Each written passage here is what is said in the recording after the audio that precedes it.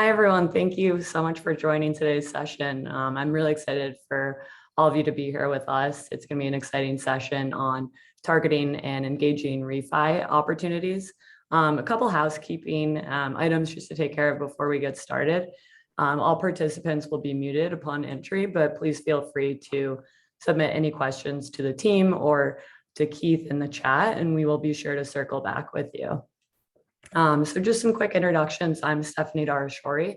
I'm an account executive at Reonomy. I've been at the company for almost 2 years now, and I'll get into a quick overview of Reonomy. But first, I want to pass it off to Keith. He's been really successful in the space, so we're happy to have him on here today. So I'll pass it off to Keith to introduce himself and BMC.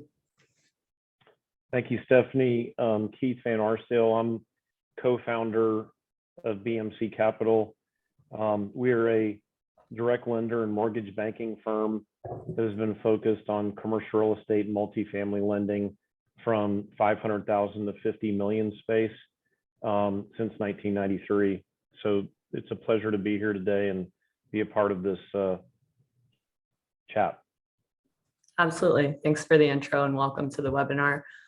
So really quickly, just about Reonomy. We have been around since 2013. Reonomy is a commercial real estate data and intelligence platform. So Reonomy basically takes information from a variety of different data sources and then weaves it together to provide intelligence on what's happening across the market and across the commercial real estate landscape.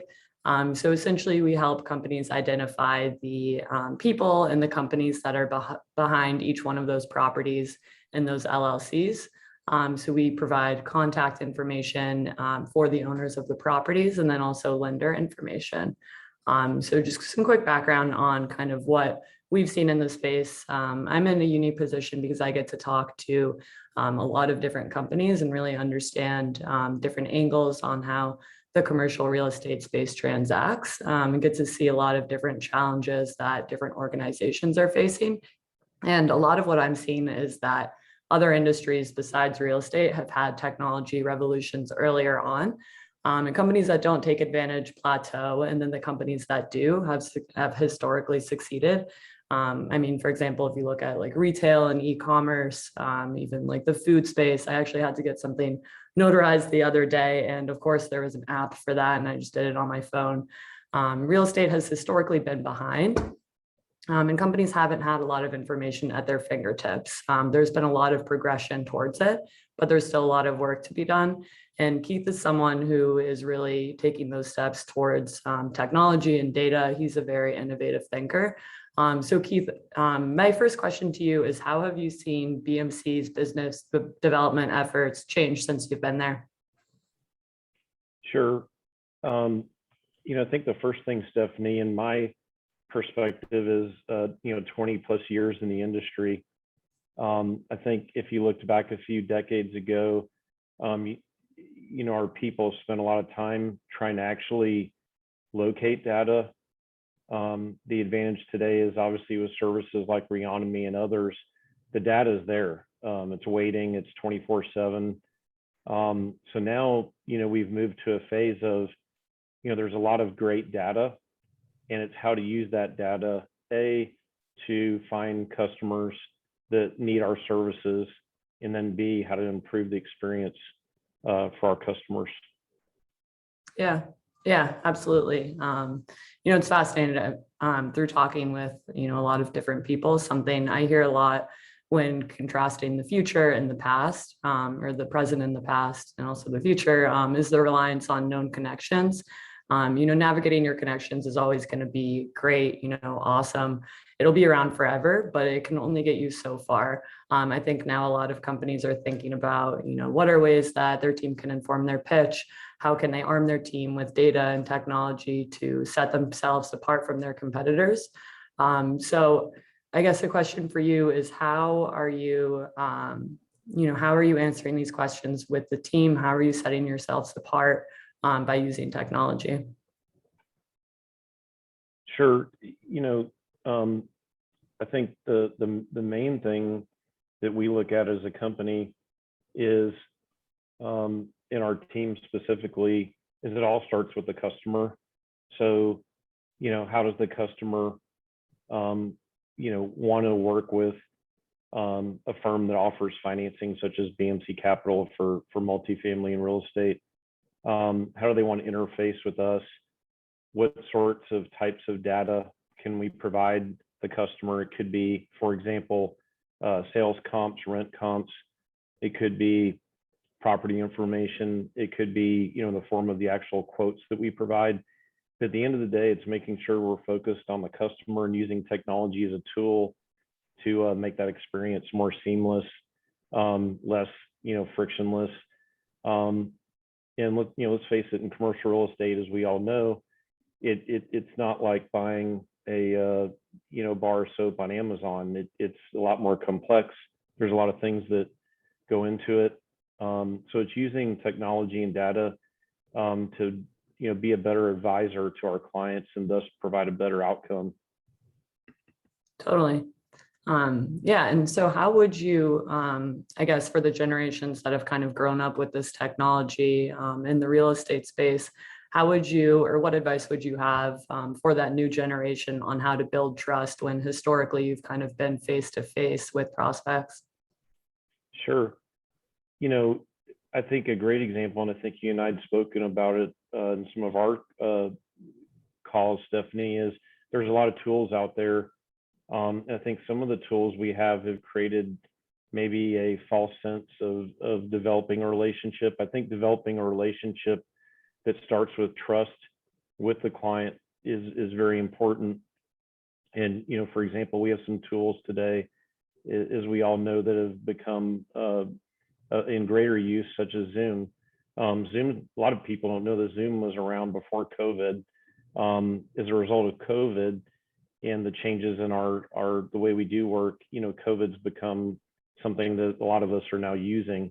I think it never replaces personal meetings. I think to answer your question directly, for the new generation that are getting into the industry, maybe you've been in the industry for 5 or 10 years, you have to constantly change and adapt. Look at what's happened just in the past 2-3 years. I mean, it's amazing. We have clients, for example, that now are doing Zoom calls. They enjoy them. They'd rather see you, kind of get a feel for who you are, who the company is, rather than just doing a phone call or sending a bunch of texts and emails. So really, summarize, there's a lot of different tools in the toolkit.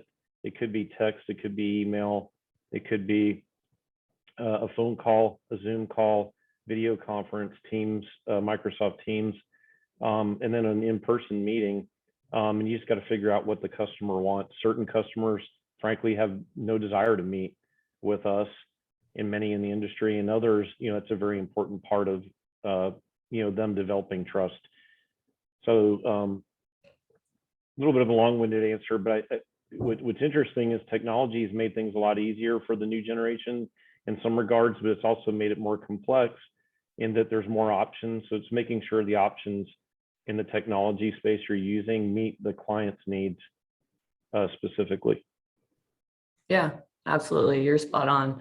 It's about personalizing your information, making yourself seem human, and just being armed with that information. And we've talked a lot about how your team is armed with a lot of technology and data at their fingertips. And technology is such a broad term. Can you give me an example of the ways that your team takes all of this data and all of this information and is able to create opportunities out of it? Absolutely. As you are aware, we use Reonomy among other data sources, and we kind of use the different data sources to accomplish different goals. One example might be we would have a loan officer that would be trying to originate around a recent closing we've had.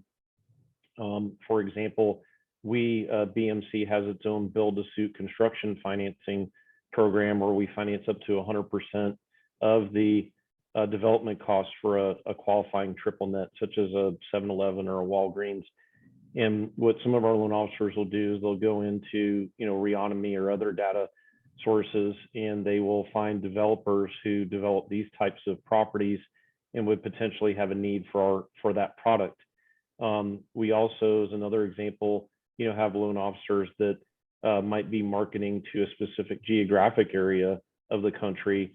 One of the neat things about our industry, and I think a lot of people don't understand it, is some capital sources, whether it be a credit union or a life insurance company, they might only lend in a certain market area.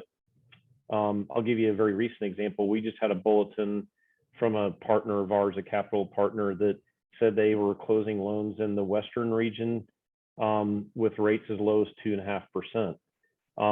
So, these were states such as California, Washington, Oregon. So, we might one of our loan officers might use that particular program and that source of capital to go out and market to, customers in that area and make them aware of the opportunity, the product, and, see if it's a fit. I could go on and on. There's just so many different opportunities. I think the key thing is defining who your customer is, what your market is, and what you're trying to accomplish, and then using the data in an efficient way to find those clients. Yeah, thanks for that. That definitely makes sense. And kind of goes back to the conversations we've had in the past around how can you use data and technology to, be creative in a space that's, historically not, not so creative. So, really taking advantage and using different ways to filter down the data, connect with the property owners, and then personalize the information. So what does the process look like when, targeting these specific properties? Are you reaching out by phone, email, kind of what channels are you using? Wow, great question, Stephanie. It kind of goes back to a little bit what we touched upon earlier, and that would be there's obviously multiple channels, and I think you have to use all of them. We have different studies. One of them was from PwC, where basically the average customer outreach exists, or you have to reach that client at least 5 times, touch them 5 times before you might get a response. Now, obviously, all of us would like to reach out to a client and get an immediate response, but the facts are that's not practical. So the key thing is using all of the channels. Text if you have a cell phone number, and if you think that's appropriate, email, phone calls, might be LinkedIn, a lot of different options, obviously, as well, Zoom meeting or an in-face meeting, but using all those channels to touch the customer. And again, it might take you 7 times before you reach the client. The other thing that I think is really interesting about our industry, and I think possibly even Stephanie, you might deal with this, with Reonomy, is, while we have some clients that do have an immediate need, for example, they have a loan maturing in February of 2022, most likely that client is presently, refinancing. And if they're not in that process, they're going to start very soon. So that's someone who's going to be a customer for someone sooner rather than later. However, we have a lot of clients, and it probably makes up the majority of the industry, where it's very fluid. You don't know when they're going to become a customer. So it's being in touch with them, providing information, providing data about the market, about our services as a company. And, the more times you touch them, as we mentioned earlier, you're hopeful that when they're ready to be advised and potentially seek a loan, that they'll reach out, in our case, to BMC Capital. Yeah, you're right. It's all about kind of the omni-channel approach. For example, I don't typically pick up phone calls that, where I don't have their contacts, but I'm always open to reading emails about new technology and new things. But the guy next to me, he doesn't even read his emails, but he picks up every phone call. So it's about, kind of doing everything, finding what works for the prospect, and then also making it about them. So instead of just reaching out and saying like, hi, I'm Keith from BMC Capital, this is what we do, making it about them and just saying like, I see that you have a loan coming due in the next 2 years, and then introducing yourself. So making it, really putting yourself in their shoes. And that's something that, the team does a great job with. Yeah, and if there's something I could add, Stephanie, one of the most interesting things, and I don't have the answer to this question, but what is the most effective channel We know that all the channels should probably be used, but I think that if you talk to the people in our industry in commercial real estate, multifamily, mortgage banking, they would probably say, well, you got to meet with someone, you got to meet them in person, and you got to sit down with them. But my guess is for the newer generation, those who have grown up on a lot of this technology, you just had mentioned it, maybe it's several emails before you meet with someone, maybe it's several emails and then a phone call. So I'm not sure which channel is the most effective, and I think it's going to be different depending on the individual, and also the client. Again, it all goes back to the client. I know it's a cliche right now to use Amazon is a benchmark, but they are. If you read about and I do quite a bit of personal reading on Jeff Bezos. If you look at his customer focus and how focused Amazon is on the customer, it's really a great role model for all companies and all industries. I think it's overlooked, and that's why we read about him. And again, it's about making the experience easy for the customer. I can say this because we own a bank through an affiliate company, but there's some bankers that I know that they feel like if a customer calls them back, then maybe they'll do a loan for them. That's not the way it works these days. You have to be in front of clients, you have to be fulfilling their needs, and advising them, and that'll differentiate you. It's a great opportunity in that regard. Yeah, you're absolutely right. And also going back to what we were talking about before, how do you build trust? And, this new world that we're living in, it's about having a consistent message across all of your websites, making it about the customer, showing them you care, having a website that looks, that represents the same messages that you're sending out in emails, things like that. So it's really interesting to see. And so also to your point of, working with, or if people have a loan with, a bank that's not treating them well, it's all about, how do you represent your company and how do you, show them that it's going to be different? Or do you have rates that you can beat out, and are you going to target prospects who have current loans with those lenders? Does your company do, a lot of like specific lender targets? Yeah, I mean, yes. One thing that we do is, we obviously pride ourselves on knowing, what capital sources are how they're executing in the market. And, there are certain types of lenders that, for example, do short-term loans. So they don't want to do anything longer than, say, 2 to 3 years. So those would be an excellent target for BMC, because those clients are going to need a refinance or a new loan, in the very near future. Obviously, 3 years is not a long time. So, we often could focus on, a lender that does short-term loans. Also, there's lenders that do bridge loans, that do what I'll call higher interest rate loans between, say, 5 and 8%. And those sometimes are loans that clients use for a quick close, for an opportunistic buy. And often we can target those to help those clients refinance into a lower interest rate, fixed rate, maybe even in some cases provide some, help them pull some equity out of the property so they can, invest in new properties, new acquisitions. So those are just a couple of examples. That's awesome. Thank you for those examples. But yeah, I definitely agree. And speaking with different lenders that we work with, it's common for them to target a specific lender for whichever reason, and then also to dive into the ownership holdings of that group to prioritize relationships with a high lifetime value. So for example, like if they're using Reonomy, they can see who's involved in that entity of the property. Is that a subsidiary of a larger property? How many properties do they own, and information on it. Some lenders like to target owners who have large portfolios, so then they can build relationships with large property owners. Or some lenders that we work with like to target mom and pop owners, because that's their niche and they don't want anyone who owns more than 10 properties. So really just doing that. Does your team kind of prioritize people who own large amounts of portfolio or large amounts of properties? Sure.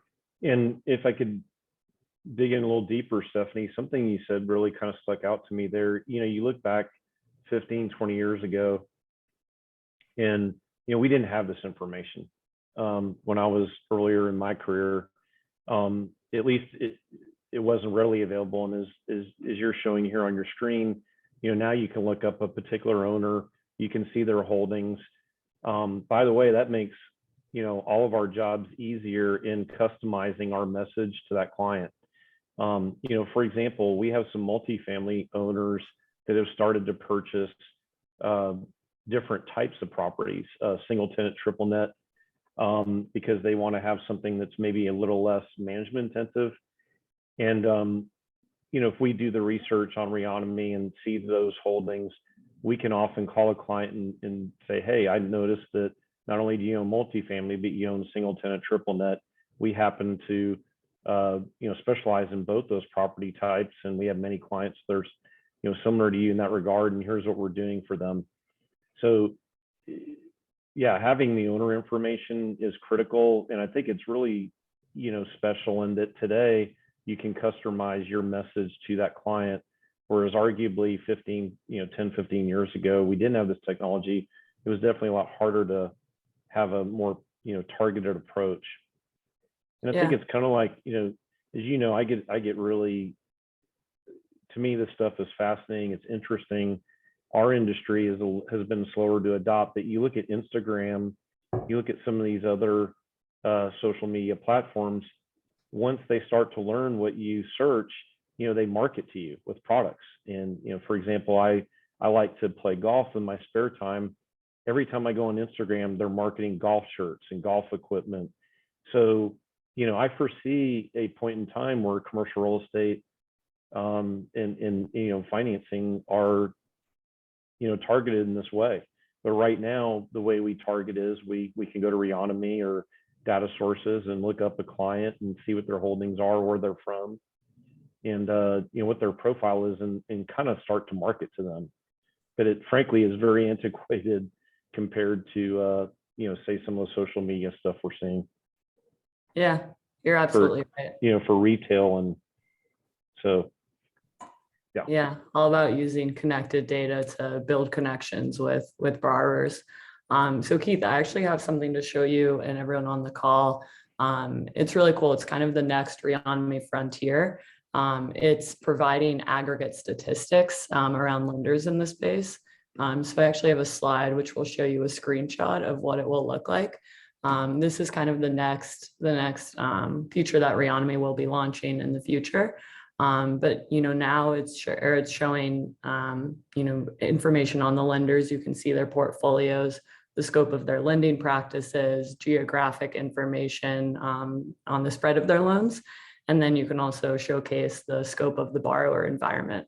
So you can see here on the screenshot, this is an example of what a profile for JP Morgan would look like. You can see the borrowers that they have, what type of companies they are.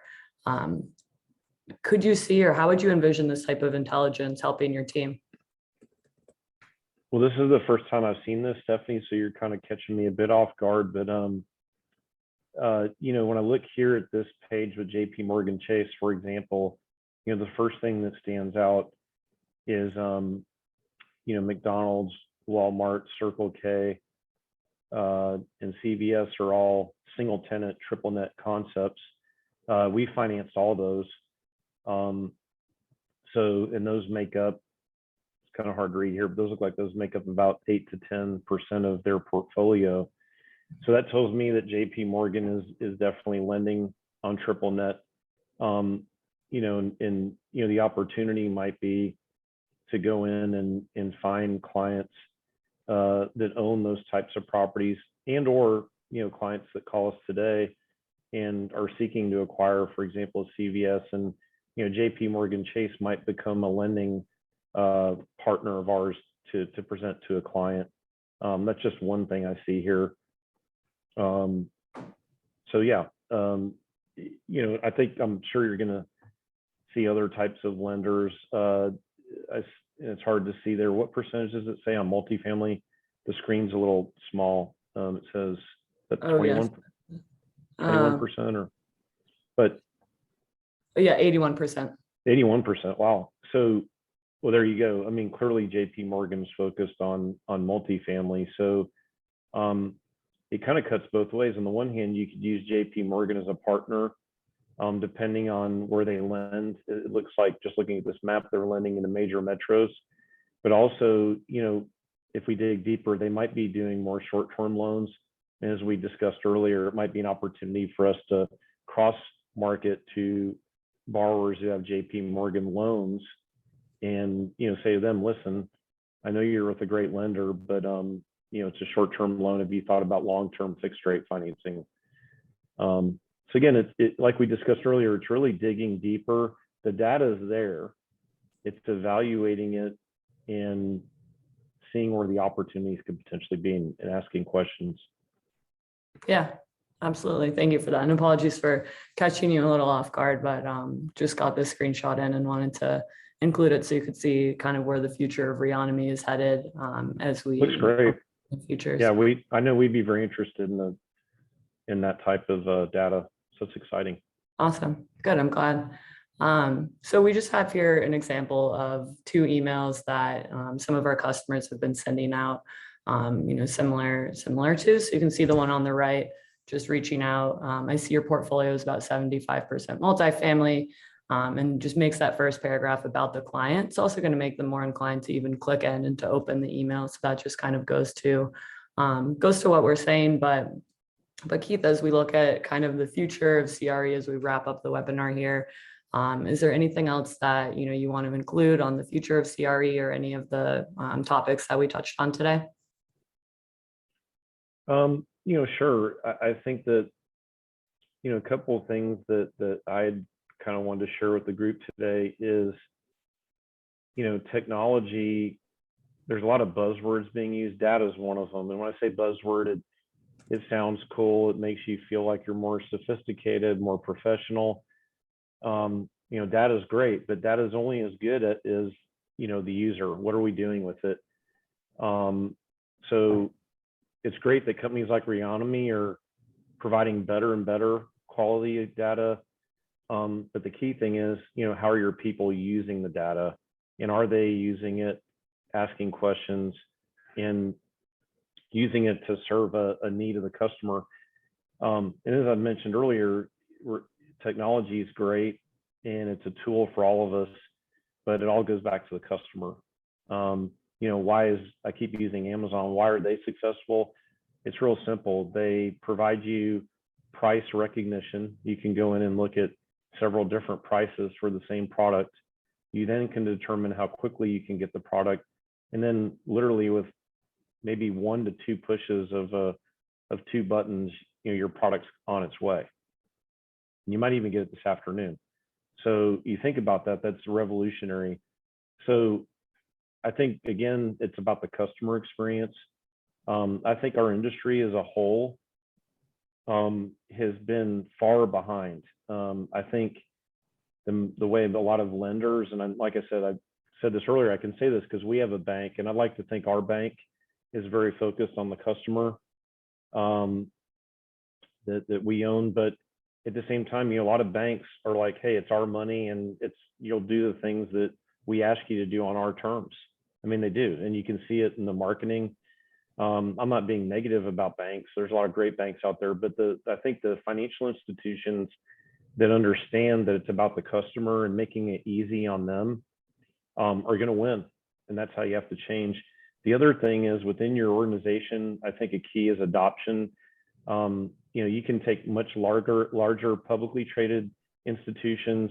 CBRE is a great example. Worldwide company, highly regarded. They struggle just like smaller companies do in the space with getting their employees to adopt the technology that they're wanting the employees to use. So adoption's key. And then finally, I think it's understanding that we're not going to eliminate people. For certain tasks, we will. You know, for example, and not to talk too much here, Stephanie, but AI, everybody likes to use that word. It's a great buzzword. I think artificial intelligence will do a lot of the mundane tasks and is already starting to do so. For example, in the CMBS space, you know, entering rent roll data information into spreadsheets, auto populating and evaluating. You know, that's the type of stuff you want data/technology to do. But you're still going to need people, because people have experiences, they're advisors, they're professionals. And I think those in our industry that use technology, but also are very good advisors and they're professional and they learn to really, you know, build their craft, are going to succeed and do even better. So, you know, that's the key, is using technology for the customer, and then as well to improve yourself in what you and your company can offer to the market. Yeah, you're absolutely right. And I think that was a really important part to call out about not replacing people's roles, because I think that's kind of a fear of technology in the space, that it's going to come in and do everyone's jobs for them. But that's not the case. It's just going to eliminate the busy work of their jobs. So then, for example, they can spend more time connecting with property owners and on the phones and things like that. Well, it looks like we're just a little bit over, but Keith, I really appreciate your time on here today. And for all the participants, please let us know if you have any questions, if you're interested in learning more. We're happy to help out. And also there will be a recording of this webinar sent out to everyone who registered. Awesome. Thank you, everyone. Thank you so much, Keith. Enjoy the rest of your day. Thank you, Stephanie. Thank you. Bye. Bye-bye.